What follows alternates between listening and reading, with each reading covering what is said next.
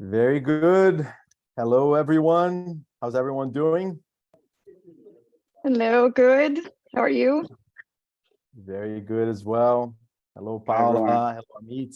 Hello, Daniel and Flavia. Hi, Zuka, how are you? So we are ready to get started. I'm going to give just about 15-20 seconds to walk through how the process is going to be, but I wanted to thank everyone for joining us today.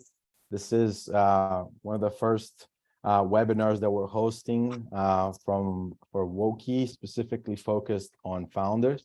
So we thought about really taking a topic which is very important. Everyone talks a lot about it or dreams a lot about it in every stage, which is basically exit and liquidity.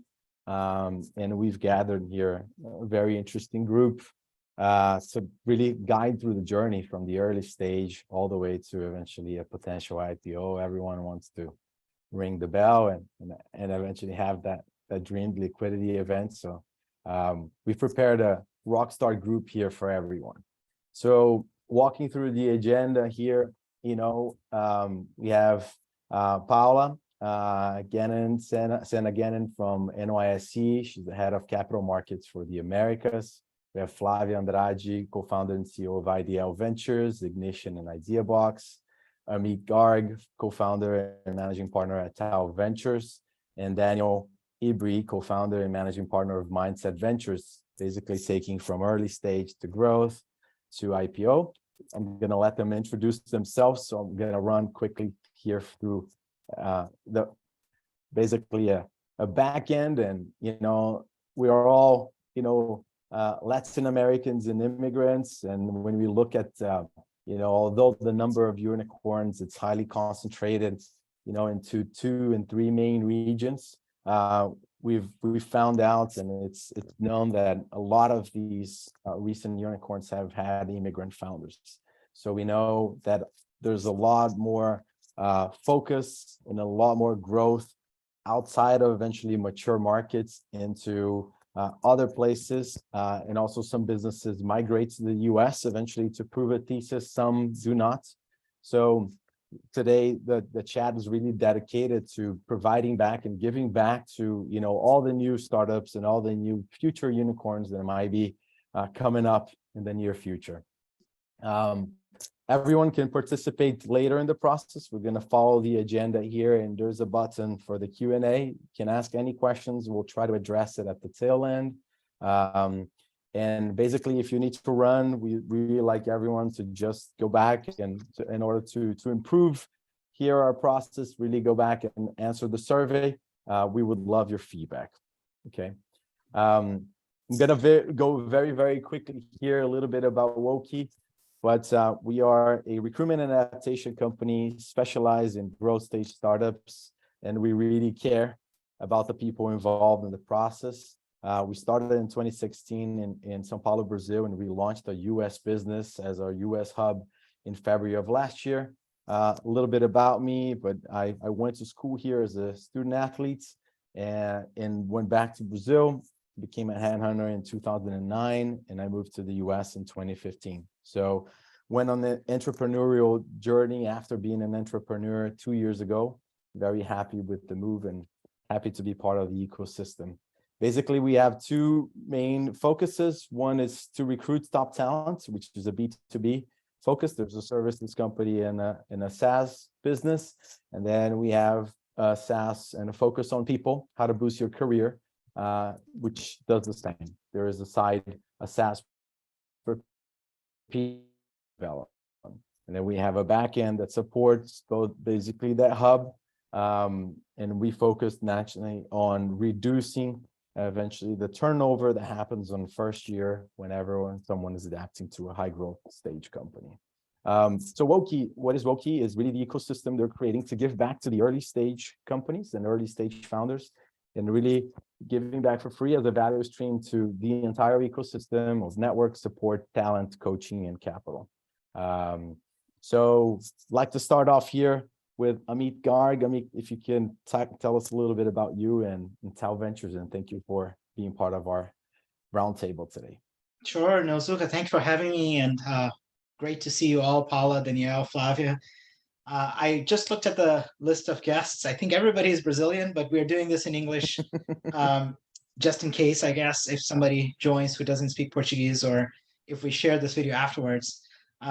Anyways, I am currently running Tau Ventures. We are an early stage VC fund in Silicon Valley, currently 85 million, closing on a new fund as we speak, so that number will change soon. We focus on AI in healthcare and AI in enterprise. We're primarily doing seed stage investments. We're investing in the US, although we have done a handful of deals in Brazil. And I would like to do more, but at the moment, it's not a core focus. We have 42 companies in the portfolio, 4 exits. Really happy with how the fund is going. Before this, I had started a company called Health IQ. Publicly, we raised just about 140 million. Before that, I was at a couple of VC funds. And before that, I started my career at Google. I've been in Silicon Valley now for just about half of my life. That I guess I'm dating myself, about 20 years. And the other half has been spread between Brasilia, Vitória, and India, which is where my roots are. Excellent. Thank you, Amit. Next, Flavia in Chicago. Currently in Indiana, but yes, we're based in Chicago. Thank you, Zuka. Very nice meeting everyone. Paula, I guess we are gonna meet soon. We're due to do that. And then Grace, re-seeing you again. Second panel this year and counting. So we are a new fund, so we're different than everybody else. We go against the grain. So our goal is to invest in emerging countries to help in deep tech specifically and help them expand to the US with a full support. So we divide ourselves between an internationalization platform and an early stage venture fund. As a new fund, we're still fundraising, and we intend to close a fund between 7 to 10 million to prove our model. Basically, the model we want to prove is that there is great, deep tech everywhere, not only in the US and Canada. As a fund, it's a great proposition because we have a higher rate for ROI and returns since when we first invest, we count valuations of the original countries. Right now, most of our portfolio companies are in Brazil. We have already invested in 5, moving towards the 6 right now. And if all goes well, we'll be able to invest between 14 and 20. I believe I'm the only one that doesn't come from a financial background. I come from the tech background and my previous life before this one. I've been in the US for almost 25 years. Mostly in Chicago, and my entire career was in tech until this part with IDL. And we believe that as early as possible, a company should move their way to internationalize to a developed country, especially if you deep tech, US and developed countries have the market for you. I believe that's about it. And I'll be looking forward to answer more questions as we go forward. Thanks, Flavia. Next, Danielle Ibri. Thanks everyone. Great to be here with so many great panelists. Welcome everybody. So I'm Daniel. I'm one of the founders of Mindset Ventures. Mindset is an early stage VC. We invest anywhere from C to Series B in the US and Israel only, mainly in B2B software companies. So only in the B2B space, only software. We've been around for 6 years and a half, more or less, invested in around 60 companies. We're now raising Fund 4. We are today around $100 million in AUM, 2 unicorns, 7 exits. Very happy with the story so far. And we have a little bit of a different angle as we have started and when I'm based. So the team is kind of spread between these 3 countries, and we really try to make investments and do some cross-border deals and take this international approach seriously. So mostly investing money in US and Israel, but helping these foreign startups expand to Brazil, to Latin America, and to bridge some value out of that. So pleasure to be here, and also happy to discuss. Thank you. Very good. And last but not least, Ms. Paula Gannon. Hi, Zuka. So thank you so much for the invitation. It's a pleasure to be here and to be talking to all of you. So a little bit about myself, since I hope the NYSC needs no introduction. I'm Paula Ganem. I head the Americas for the New York Stock Exchange. So my main focus is talking to entrepreneurs, to companies that are early stage, mid stage, late stage, that are looking to come to market in the US from both Canada and Latin America. I have my colleagues that take care of other regions around the world. And previously to joining the NYSC, I am a capital markets attorney. So Flavia, I also don't have a financial background. I'm a lawyer. So I used to help companies based in São Paulo to come to market, both in B3, B3s, and also in the US. So I spent most of my careers really talking to financial advisors, to underwriters, and to companies, and helping them understand what it is to become public, what are the requirements of becoming a public company, and when it makes sense to them to really pull that trigger and take the leap of faith and become public, whether in Brazil or in the US. So it's a pleasure to be here to talk a little bit about my experience. The NYSC is a great community of international companies. We have over 2,400 companies today, of which over 25% are international companies and growing by day. So it's a pleasure to be talking to all of you. Excellent. Very good. And thank you so much. We've got the very, interesting diversity here in points of views, which is great. So I'll do the best to be the chaperone here and really host, so that we've got a lot of time and a lot of questions to ask you all from multiple perspectives. But basically, when we thought about eventually, what would be very interesting to cover, and we started with a long list, and then we reduced it to sort of really two main questions, right? Which is really thinking about maybe investor recommendations by stage. So where to start? What's the formula, ideal game plan, right? Should we think about it early? Should we communicate that? How to really approach that aspect. There's the journey changes all the time, right? We are people. It's not static. And basically provide at the end of the conversation really insights on how to prepare for each part of the journey, right? Because there are different things that naturally the company will need to adapt, and we need to adapt to it. We'll bring also some founder testimonials, which will be very interesting to understand eventually how they went, and we'll hopefully get a nice to-dos and to-don'ts at the end from each stakeholder and each view. Basically we're going to start with the early stage. So it's more of a question initially dedicated specifically to Flavia and to Amit. But tell us a little bit, on your opinion, how important is cap table? What's the ideal cap table, from the idea, or eventually the first really stages from family and friends, pre-seed to seed? And then I'll go to the second question. So let's start with that. Sure. Well, let me offer a framework here, Zuka.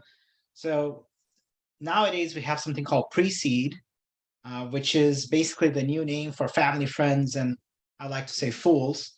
And that's effectively when it's two people in a garage, at least here in the US, or two people in an apartment, if you're in Brazil.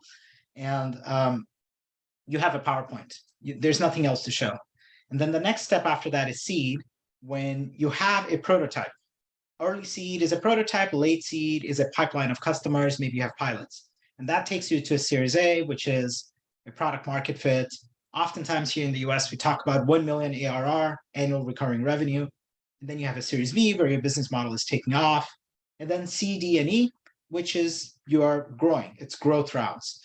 Not all companies go through these stages. There's obviously asterisks. You could raise a seed plus, seed star. There's many different ways, but essentially these are the metrics. So within this framework, the first institutional round is usually a seed round. And that means that investors like Flavia, me, et cetera, Danielle, we invest in a company. And that's, at least historically, a 20 to 30% dilution. So in other ways, if you're raising, let's say $3 million, 4 to 5x of that is the valuation, or a cap if you're raising a convertible note. And then the next round is about that range also. Series A is usually 20 to 30%, and then it usually goes down a little bit. And these numbers essentially reflect the risk reward that's inherent into the company, how much time it will take for an exit, and so on. So a cap table is the summary of all of this.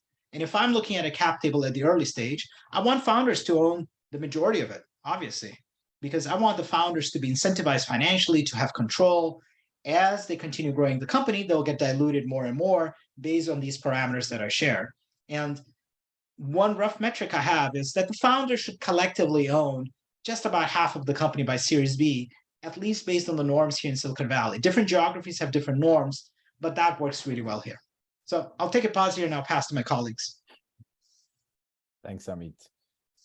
I would like to jump in just to throw a little bit of a different curve when you're talking about deep tech. So those are biotechnology companies. A lot of those companies, they don't have necessarily gone through, well, they have more than a PowerPoint, right? So again, different animals. If they are very much under, let's say, dense portfolio companies, they're more SaaS-based, and that model, Amit, was perfect, explaining everything. I'm just doing an addendum, mostly for companies that go through in Brazil, PIP-FAPESP, and so on and so forth. So actually have grant money to invest in that in their products or research. But there is a key standard called TRLs. They were actually developed by NASA, right? Those, if you are an engineer and you're a scientist and you went through any grants, then you know exactly what it is. And if you have at least reached TRL 5, anything below that, you're pretty much still researching, you haven't proved anything.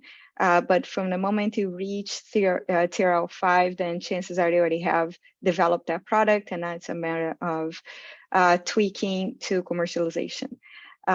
So if you have already raised undiluted rounds that are grant-based, and a lot of the times you're going to find seed investments even before you even raised any rounds between friends and family, especially because it's a pretty different animal of company to invest in.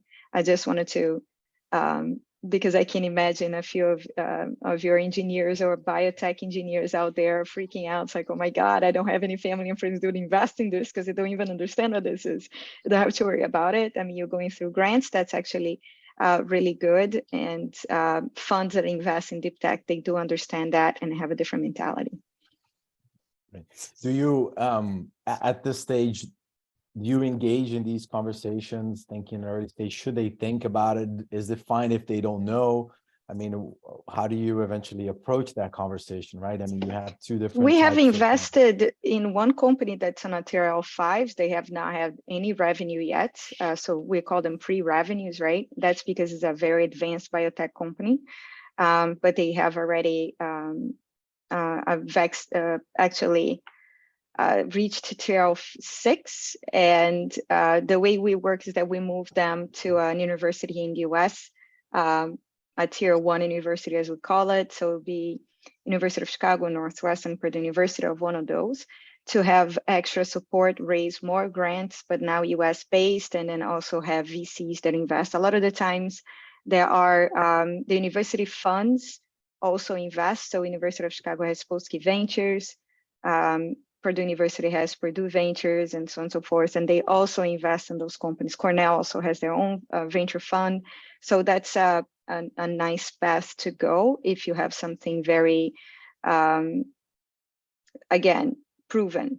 And proven even if it is lab related.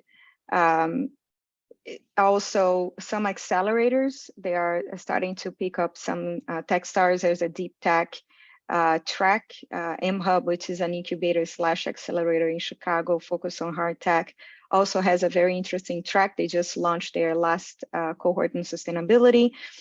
And so it is possible, even if you're pre-rev, for you to already make a move towards internationalization. But again, once more, it really depends on the product and how advanced it really is, and how relevant it really is towards especially climate change or energy, or the topics that have the most need today.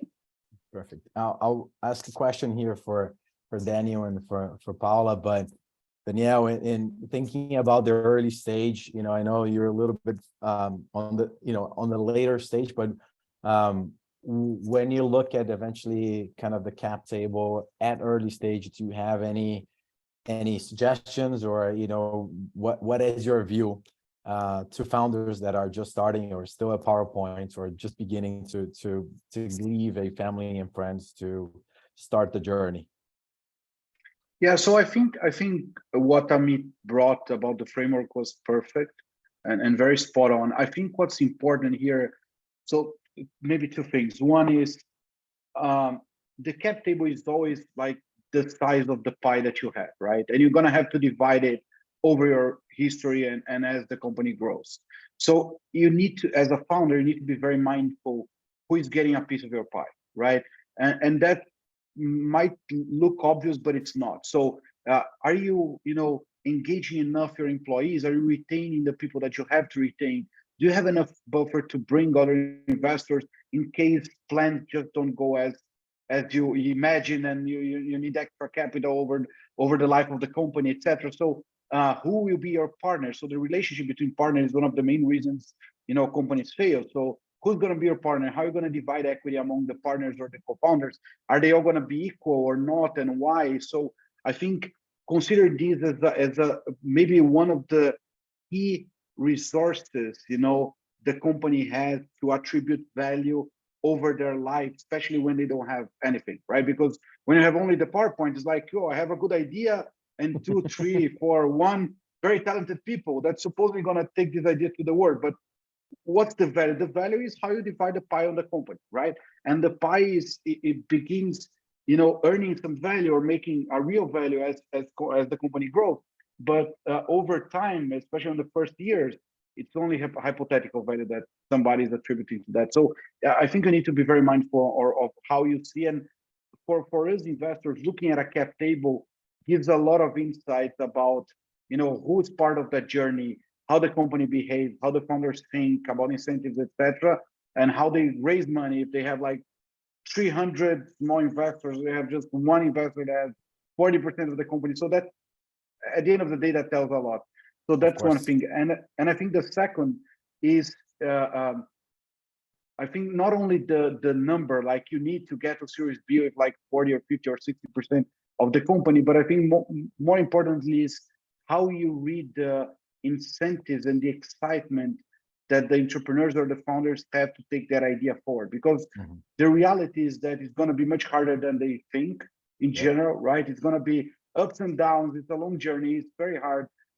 And they need the right incentive or the right carrot to keep hustling and build that for the future, because they're only going to see the real earnout of the company running and the money in some years. So I think making sure that the founders or the entrepreneurs have the right incentive, if that's like 10% of the company or 80% of the company, but how they behave on that is very important, because people behave different. There are people that are satisfied with having like 50%. There are people that are definitely not, because they feel they're going to be working for the VC only, and they'll get disincentivized over time if the markets get harder, and they're just going to drop it, and then we all lose money, right? So I think thinking about these incentives is very interesting. Very good. Yeah, it's about the people, right? Always. At the end of the day, it starts with the PowerPoint, but it gets more complicated because we are complicated as we move along. Paula, for early stage, when it's too early to call you, and what is your assessment, for really early stage when you're thinking about that? What can they think? What is about NYSE down the line? It's interesting that you asked this question, Zuka, because I've been seeing a trend in the market in the past few years that companies want to talk to us earlier and earlier and earlier in the process, which means that founders of companies are really trying to have a game plan from the get-go. And that makes me hopeful for the future of the ecosystem in general. A few years back, you know, I would say 5 years back, so it's not that long ago, I would talk to companies, being an attorney at the time, that were, you know, 6 months from IPOing and didn't have almost anything in place, right? They didn't have the corporate structure. They didn't understand what the board needed to do. They didn't think about their cap table once they IPO'd, exit strategy, nothing of the sort. And today, I'm talking to companies that the IPO and ringing the bell really is their plan, but it is still a dream. That is really something that is going to be, you know, 5 years down the line, 6 years down the line. So I would say that honestly, it's never too early to begin that conversation so that you can understand, you know, what it is, what you have to do, what are the steps, what makes sense, how do you plan for it, and hopefully I can connect these companies to the right people, to these wonderful people that are on the panel with me, for instance, that can better advise them as to what they have to do to get there. So I've been talking to companies that are really very, very early stages, 5, 6 years down the line. That for me, that is early stages, and obviously companies that are further along as well. It's great. It's great to hear that the support's in is all levels. And I wanted to go back to Amit and Flavia here. I mean, when talking to you, should there even be a conversation about their exit and liquidity? I mean, what is your take on that perspective? Do you ask that question? What is your view? Yeah, absolutely. I mean, you want to understand what the founders are thinking in terms of the vision for the company. And obviously you want ambitious founders, but also realistic. I've heard founders saying, yes, we're going to go IPO next year. Right now we have a PowerPoint. So that's not realistic. I mean, kudos for ambition. But being a founder is having the conviction that you can succeed, but also the humility to realize what you don't know and everything else that, you know, the unknowns that will be ahead of you. The data shows overwhelmingly that companies are staying private longer and longer, and there's many reasons for it. One key reason is there's more capital available in private markets. So they will come to Paula's door, and they should, but they take a little bit longer to get there. But on the other hand, there's also a lot more acquisitions now than ever before. Granted, this year has been a little unusual, but there's this thing called acquihires, where a company like Google, Facebook, Amazon, etc., will buy you partly for the team, partly for the technology, partly for the product, partly for integrating you into their existing platform. So as founders, you should absolutely be thinking about all of this. And there will be cases where you thought you were going to build a really big company and something happens. You have a fiduciary obligation to yourself and to your company to make sure that you find a home for the company. So we have helped founders have exits right at the seed, after the A, after the B, after the C, after the D, after the F, at every single step. And having that conversation doesn't mean that you're thinking about an early exit. That's the key difference.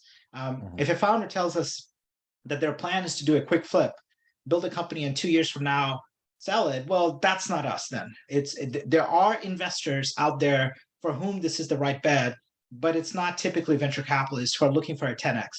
And if that's you, then great, but don't go to VCs, go to other kinds of capital. But not thinking about how can I get an M&A, how can I get an IPO, whatever other exit there might be, that is a responsibility a founder has. An M&A is usually the result of 10 years of dating that happens into overnight to convert into an engagement, right? So it's very rare that M&A happens without a pre-existing relationship. Thanks, Amit.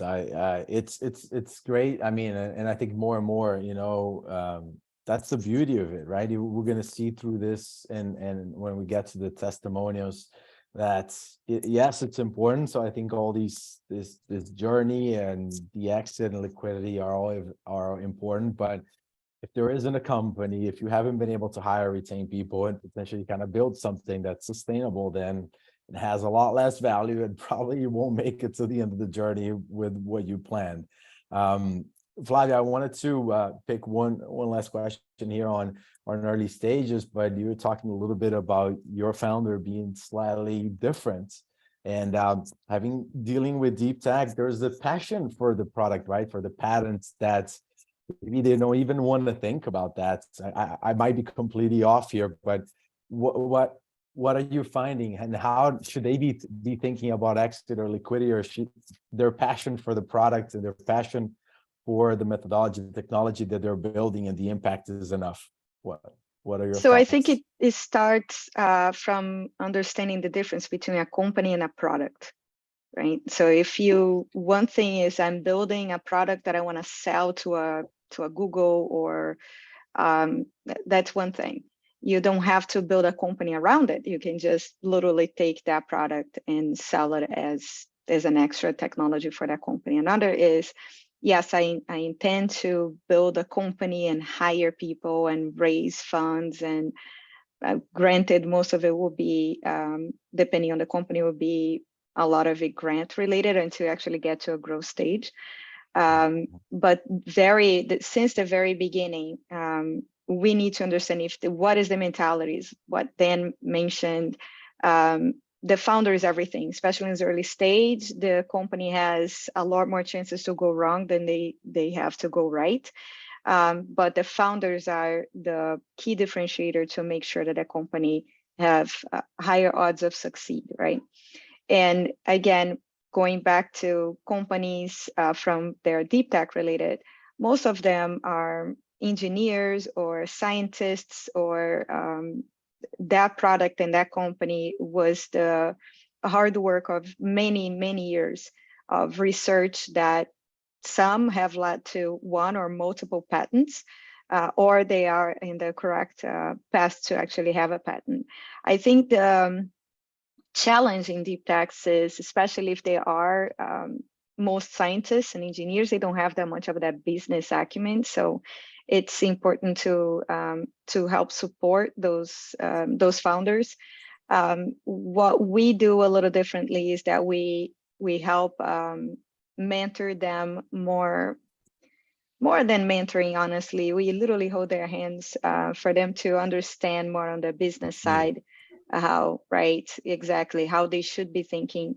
But we've been lucky, I guess, in finding amazing people with, for the most part, with a good head on their shoulders. And they do a homework, which is I think the best of anything is benchmarking, right? Understand what is your competitors, and don't think if you come from Brazil, an emerging country, that, oh, my counterpart in the US, they made, $10 million on a Series A, therefore I should make $10 million. It doesn't work that way. But it's important to understand what was the journey that they went through, is the journey that you're going through, and at least journey-wise, if you are hitting on the same levels. And a lot of the times is capital issues that suppress a company from growth when they're deep tech. Hence why it's important to make their way into areas like the US or Canada or Europe. They will have more capital for that. Excellent. Well, a lot of great tips here for early stagers, and I'll keep now passing the torch, and I'll go back around eventually to Amit. But Daniel here, taking from that perspective, let's say they did everything right. It's going, product is going, product market fit is there. There's beginning to be revenue. They've been able to hire, retain, cap tables organized. What do you like to look? And I mean, eventually looking at growth stage where there is some substance there to keep investing, to put more money into it, to really support, add some layers, add some fun into the game, eventually to prepare for later stages. What is your view? How important is, you talked a little bit about that, but looking at growth and maturity stage, what's ideal? And again, should they be thinking about exit and liquidity? How much is early to talk about it with you? Yeah, first to your last question, I think it's never too early to talk about exits, right? I agree with what Amit said. It's like, it's important to think about the exit. Doesn't mean work on the exit, right? You can work on the exit later on, and we hope you're going to work on the exit later on. But you should think about it. You should have a dream about it. You should have a path to getting there, right? For us as investors, it's important to learn the rationale of the founders, because as he said, if founders are trying to build a big company and build a billion-dollar company and exit through an M&A or do an IPO is one thing. If they want to just to make some quick money and flip the company in 1 to 3 years, it's a completely different investment decision and rationale, right? So it's important to know how they think and what they aspire for the company.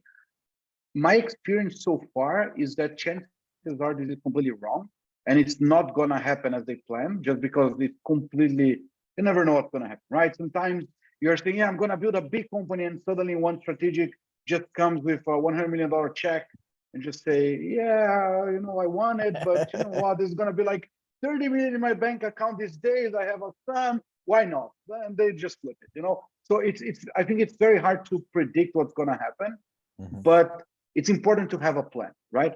And the more you grow and the more traction you have, the more numbers, the more clients, etc., the easier it is to learn what the path is gonna look like and start doing some concrete things to get on this path. So I think as to what Paula mentioned, you cannot prepare for an IPO in like 6 months or sometimes even a year, right? It takes time. You need to put the right process in place, controls and governance and all that. So if you're really looking to do an IPO and you have a plan, what are you going to start doing now to prepare? You're not going to do that on the seed stage because it doesn't make any sense. But if you're a series maybe C company or D company, maybe depending on the size of your revenue, it's time to start thinking about it. Maybe bring up a professional CFO who knows the drill, who's going to help prepare the company and all that. So I think it's important to have a plan and see whether the plan is gonna start doing some actions, concrete actions inside the company to prepare for the plan or not, and how the company is behaving on that initial plan and now the plan more concrete. And I think it's always a matter of numbers, because to be honest, the exit, either M&A or an IPO, whatever, it's a consequence of how well the company goes, right? The more likely they will succeed in IPO, the more the company is good. If they have a good product, a good team, a good numbers, they're probably going to succeed in IPO.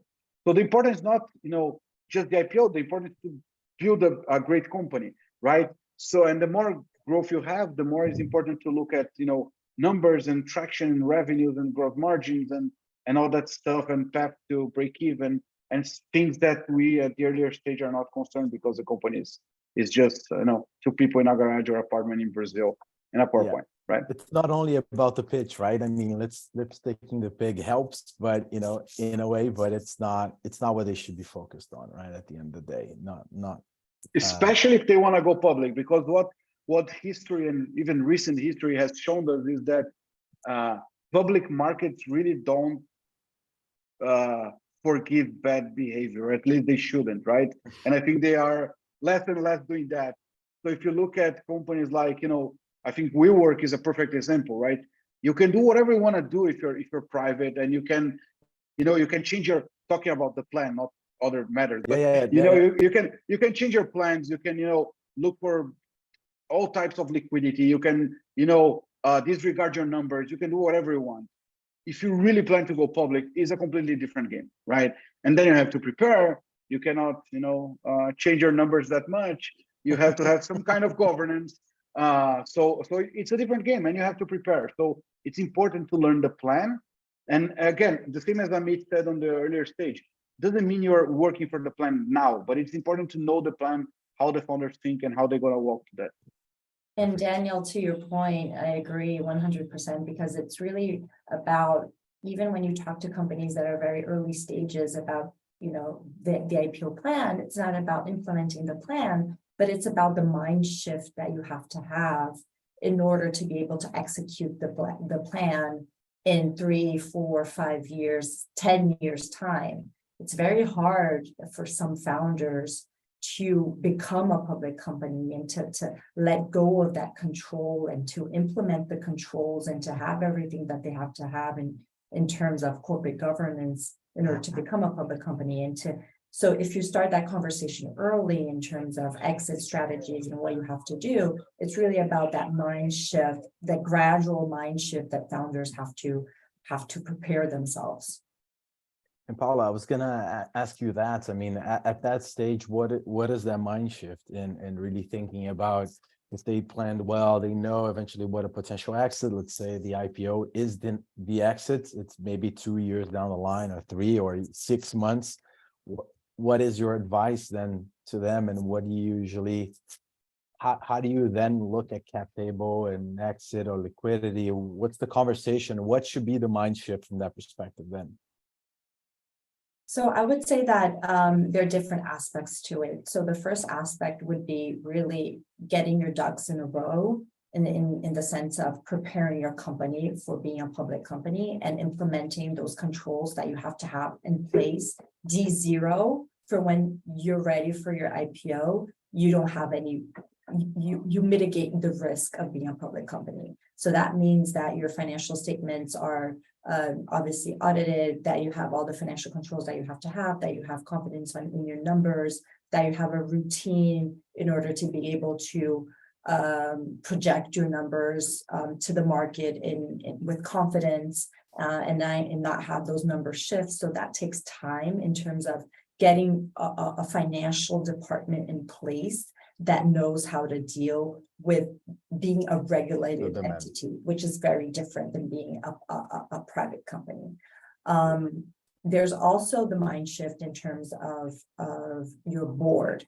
So really having a board that can be, you know, of independent members that really will be more vocal about what makes sense for your company and taking also the leadership in terms of, you know, the next steps and driving your company to one sense or to the other. Sometimes when the company is founder led, that can be scary. So having that mind shift that maybe you will kind of not lose control of your company, but you will have to divide, you know, the ownership of with your board and with the investors in general. So that mind shift also is very important. And then also in terms of when we talk about compensation, my colleagues talked about this, you know, in terms of how do you compensate your employees? Is it through stock? If it's going to be through stock, how is that stock going to be converted in your IPO? Start thinking about that compensation plan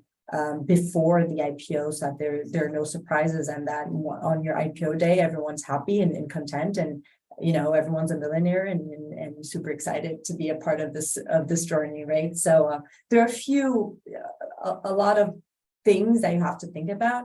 So the earlier you start at least thinking about this, the better, I would say. Great, excellent. We'll come back to it. There's other questions that I wanted to ask you in different moments, but you talked a little bit about that and, you know, about exit and liquidity. And I wanted to kind of talk a little bit about then the perspective from the investors really into the journey, right? Sometimes you go on the journey until a certain point. Sometimes you go further, sometimes you go earlier.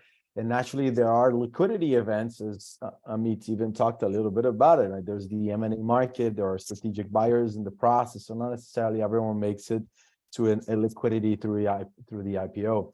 Amit, Paula, Flavia, sorry, there are specific aspects that, you know, for you thinking about, you know, your investment and what's the, let's say, what is the marriage that you go through eventually with these founders? What is your advice here from that perspective, and what are you thinking? What is the journey? What kind of journey do you want to have with these founders? Zuka, I think it's Paula will have this data better than me, but less than 1% of companies that get funded by VCs go IPO. So it is actually a minority that occupies a majority of the media. Just like it's a minority of founders that drop out of college and succeed. The average entrepreneur who is successful is somebody in their 40s with a mortgage and kids. So there's a lot of myths out there, but the data shows that those myths are completely flat out wrong.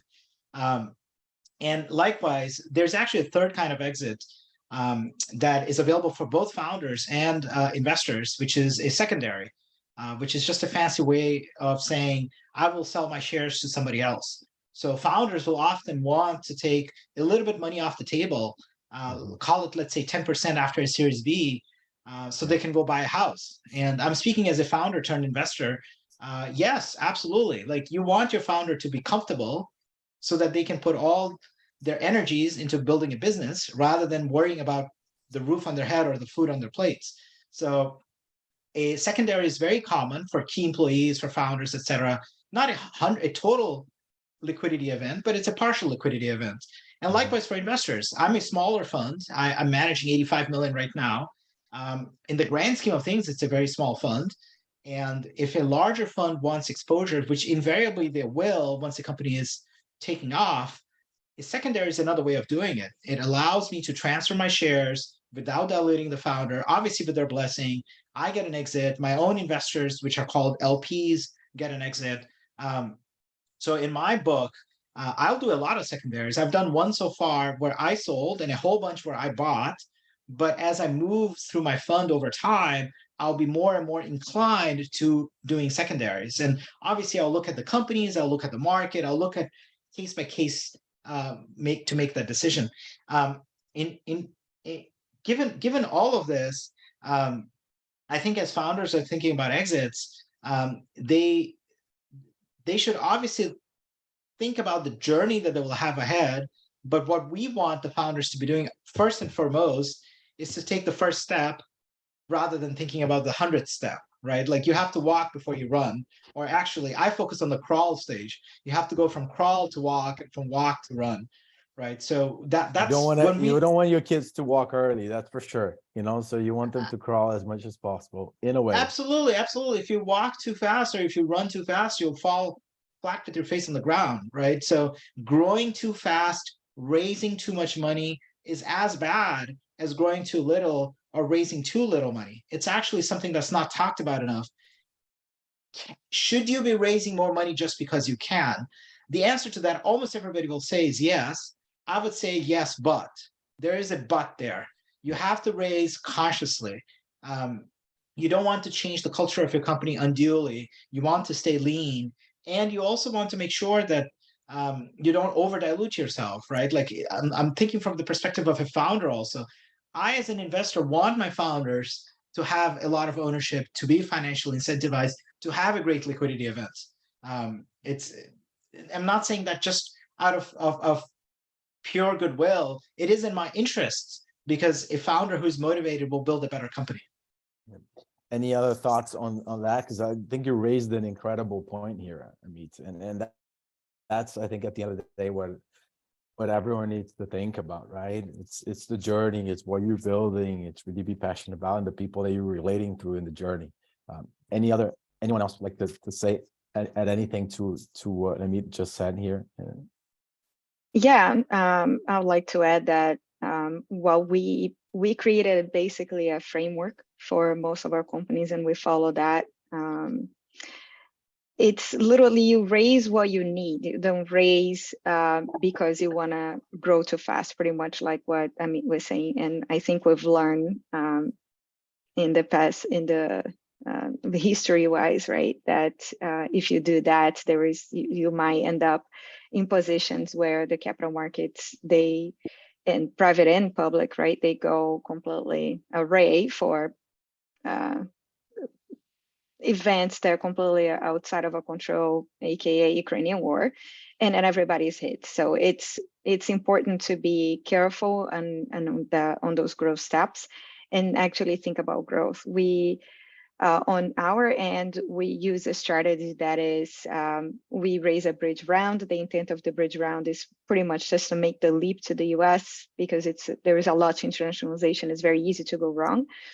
And then that bridge round really just giving a runway to up 12 months where we prepare them for a seed round, so an American seed. And the American seed then will take them to an 18-month runway. And then within a year, then they raise their Series A with thinking 24-month runway. So that is more like a guideline, of course, than a rule. Every company is different, especially if you're talking about companies like biotech companies or the pre-revs that we have, for example. Take a completely different route. We focus mostly on grants other than private capital. Private capital for those companies usually come later. And speaking of exits, as a fund, because if Amit is saying that 85 there, it's a small, which technically is, we are dropping an ocean. So we're literally very much in the beginning with the intent to prove a model.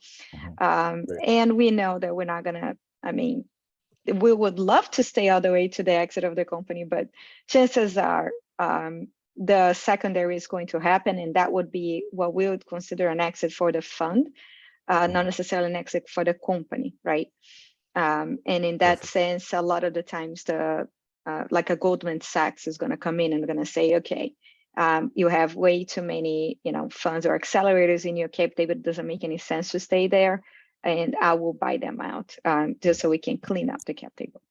Great. I'll go back to Daniel and Paula in a second, but I wanted to kind of walk through some facts. Talked a little bit about them, but naturally, 40% of early stage startups failed to reach seed or series rounds, right? There are many things that go through it. I think Amit's referred, and Daniel, a little bit to it. People, eventually partners, funding, all those things play an important aspect. And also thinking naturally that the time between C to A usually is about 22 months. Once you get to B or C, average is 15 to 20 months. And naturally, everyone's seeing a little bit of what's happening currently to the market, that if you didn't do a good job, if you didn't stay lean, if you didn't, have enough money eventually, or had the right people, or able to maintain right people, naturally you're going to suffer through that process. So the journey is long. There are several steps eventually, and I think the important aspect here is really thinking that an average, right, if you want to plan, an average is about 6 years between initial VC investment to IPO. You gave eventually already that, and Paula, I don't know if this is something you'd like to add, but one fact that was interesting, the IPO pop, right, average on the first day was about 18% valuation. This is specifically focused on the first day that company kind of raised, or eventually went public. There are years that it goes up and years that it goes down, but eventually there's a huge, outburst of happiness within that moment. But also there's what happens next, and we've seen that a lot of companies can't retain naturally that valuation, also pre or after.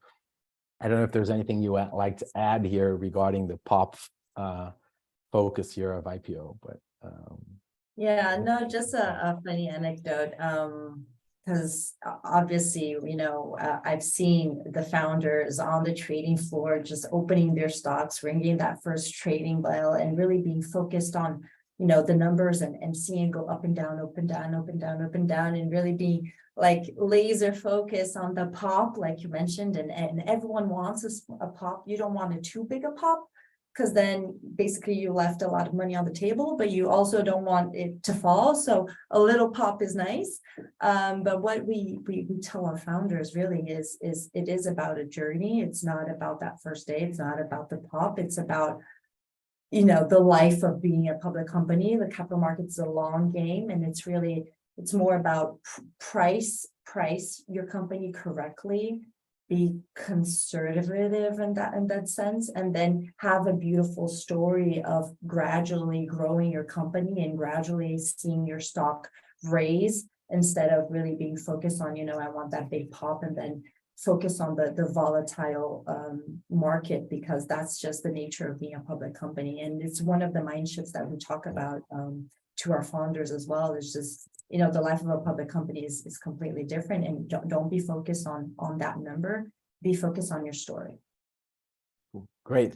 I'm going to walk very quickly here on founders testimonials just to make sure that we have some time, but I asked Benjamin to give me his his testimonial. So basically going back here, but first thing, for early startups, don't worry or talk too much about it. Focus on building an actual business, product market fit, scaling it. But it's a question that comes up with investors about your benchmark. So really be ready to talk about the size of the market and attractiveness to be a venture backable business. In his case, right, for Giabosa, I try to look for founders that had exit strategies. They saw the market getting really competitive and several competitors spending a lot of money in marketing, increasing CAC, and with the lifetime value was going down. So they saw that it made sense to talk to different players about the synergies. So naturally, they looked at really, partners within their own ecosystem to think about their exit and what was the best thing for the company at the time. So PicPay had 10 times more users than them, and they were open to monetize their open banking technology within their app. So it made sense from a business perspective for investors and partners.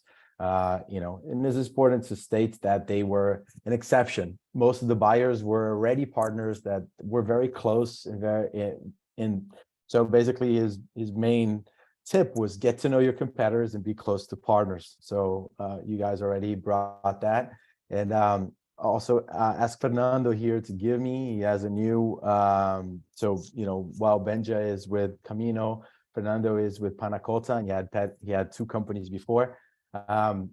He was, more on what Paula said, from day one, he's really thinking about, governance, really focusing on how employees were hired, bookkeeping, really keep everything very transparent, doing an exercise of investor relationship that really helped later on. He learned the past two journeys that, depending only on external sources of funding is really dangerous.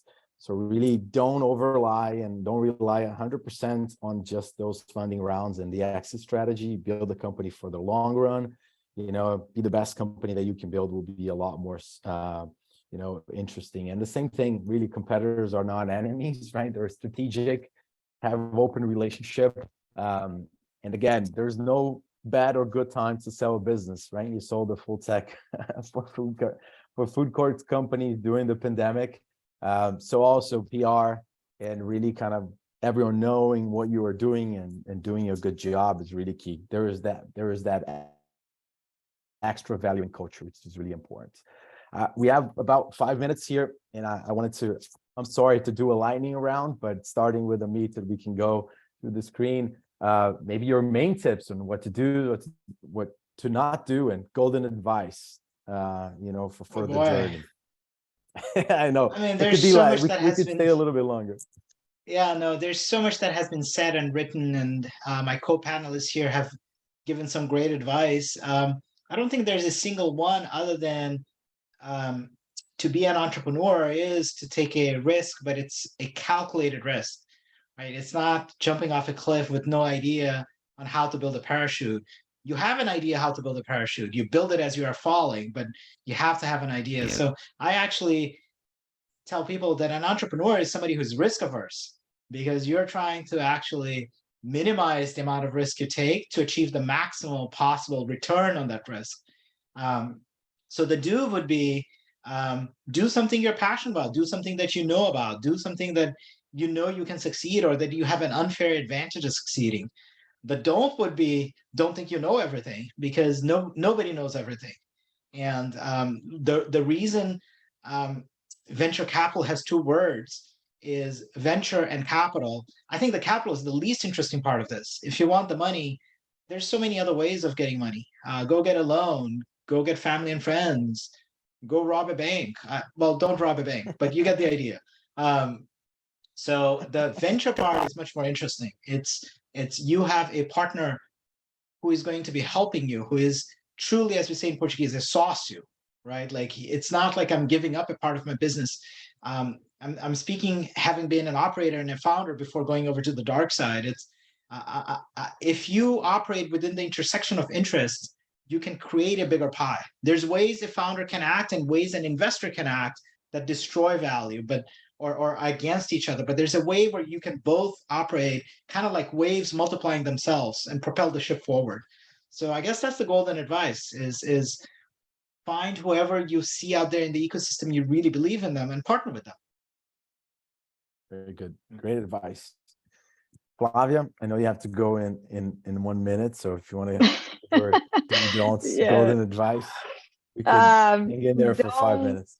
I think it's important to especially in the beginning, first and foremost, don't be scared that people are going to steal your idea, because a dime a dozen when it comes to ideas. The execution really is the key.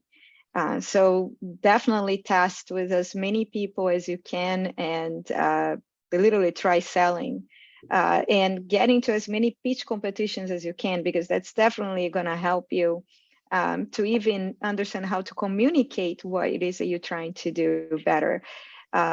as far as don'ts or the golden advice, I'm sure that my co-panelists have much better golden advices than I do, since in a way I'm also starting this journey.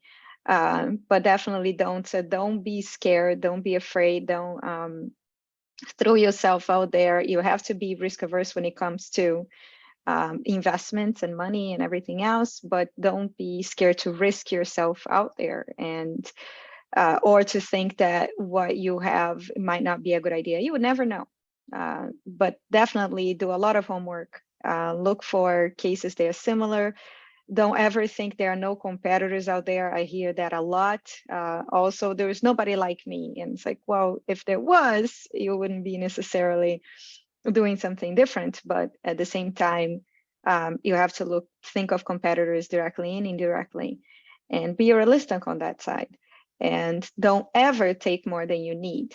That is, I think, the most important thing. And be extremely careful about controlling your company. Like how many, if everybody's equal, then how is the decision-making process going to happen internally? So that's a few words, and definitely take as many grants as you possibly can. Great, thank you, Flavia. If you do need to go for it. No worries. We'll open for Q&A, and I'll pass on to everyone later. So yeah, no worries. really apologize. Thank No you problem. everyone for this. No problem. Go for but it. definitely send me the questions, and I'll be more than happy to answer them if I can. We'll do. We'll use the next 5 minutes here just to wrap up. Danielle, you talked a little bit about, naturally, a lot of the times the company's going international, and what is your don'ts and advice, specifically thinking about cross-border, right? Cross-bordering your company at one point, or what is your take at growth and maturity?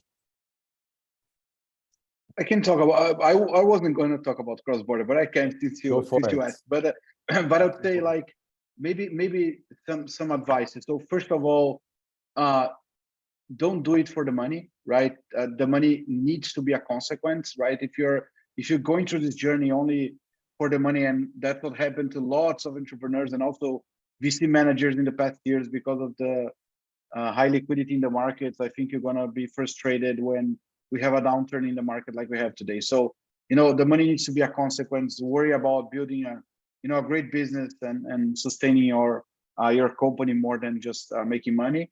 I think that's important. Second, like, maybe 80% of the work is about people, right? It's about who you partner with, who you hire, how you incentivize people, how you build the right governance, the right controls, the right decision making. So, really, especially in the earlier stages, really be concerned about, building a great team, building a great culture, building the right incentives, the right governance, the right transparency, aligning with your investors, as Amit said, about people as well. So that's very, very important.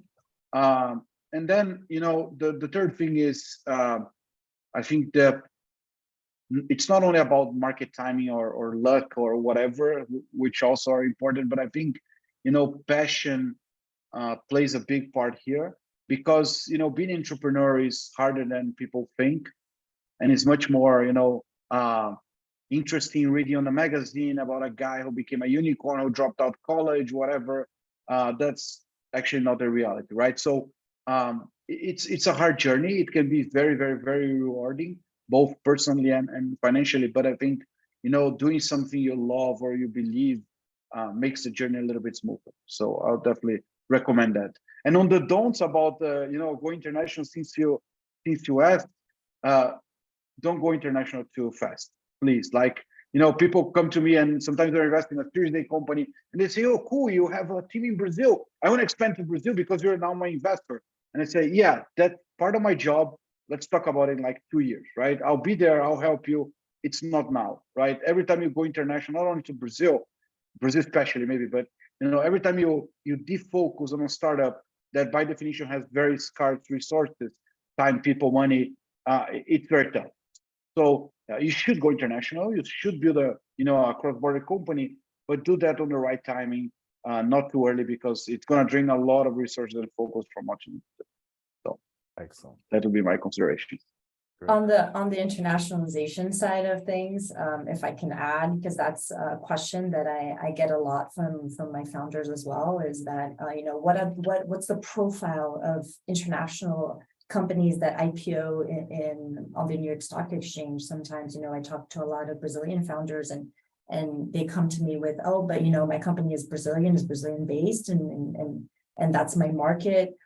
Does it make sense for me to IPO in the US? And what I say to them is that actually we've seen a lot of recent IPOs of companies that don't have revenues in the US, that don't plan to have revenues in the US, that they are regional champions, that we call them. You know, we see that in Asia a lot. We see that in China a lot. China is such a big market that you actually don't have to be international, right? You can just be Chinese and focus on the Chinese market forever and be a giant in that local market. And for Latin America as well, we've seen these huge companies that have IPO'd recently that are what we call regional champions, that don't have a US revenue and that don't plan to have a US revenue, and they're really focused on, they are international inside of LATAM. So they operate, you know, in Mexico, Colombia, Brazil, but don't plan their expansion. And so there's no cookie cutter answer to things. It's not, oh, you know, you have to be Natura in order to IPO in the US because 80% of your revenue is in the US. No, you can be local, and an IPO in the US can still make sense for you. Great. Any golden advice from that perspective from you? Golden advice would be definitely surround yourself with people that know more than you about, you know, what you're trying to achieve. And in my case, I'm talking about, you know, the exit strategy of an IPO.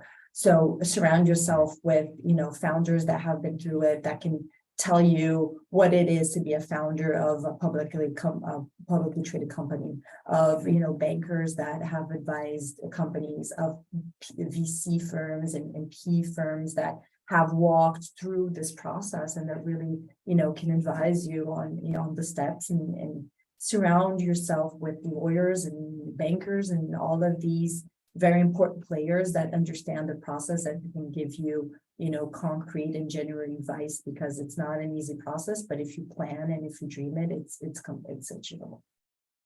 Great. Thank you so much.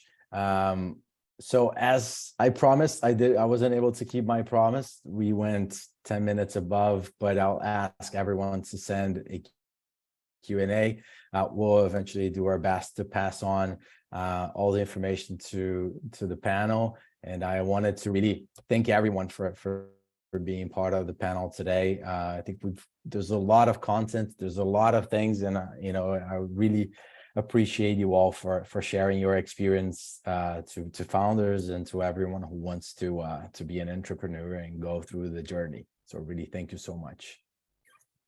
And I think everyone, if you know, we'll provide more information through social media so that they are able to kind of approach via LinkedIn or provide ask any other questions and know more about the fund if they want to invest in the funds. You're all fundraising, and I know that Paula is always very open to eventually talk about what an IPO would look like at NYSE. And if I can help in any way, just let me know. I'll be happy to make an intro. So thank you so much, guys and girls. Thank you, everyone. Thank you very so much for your time. Appreciate great. it. It was a pleasure. Bye. Thank Good to you. see you, Amit, Zuka, Ciao. Paula. Good to Bye. see you, Danielle. Ciao. Ciao.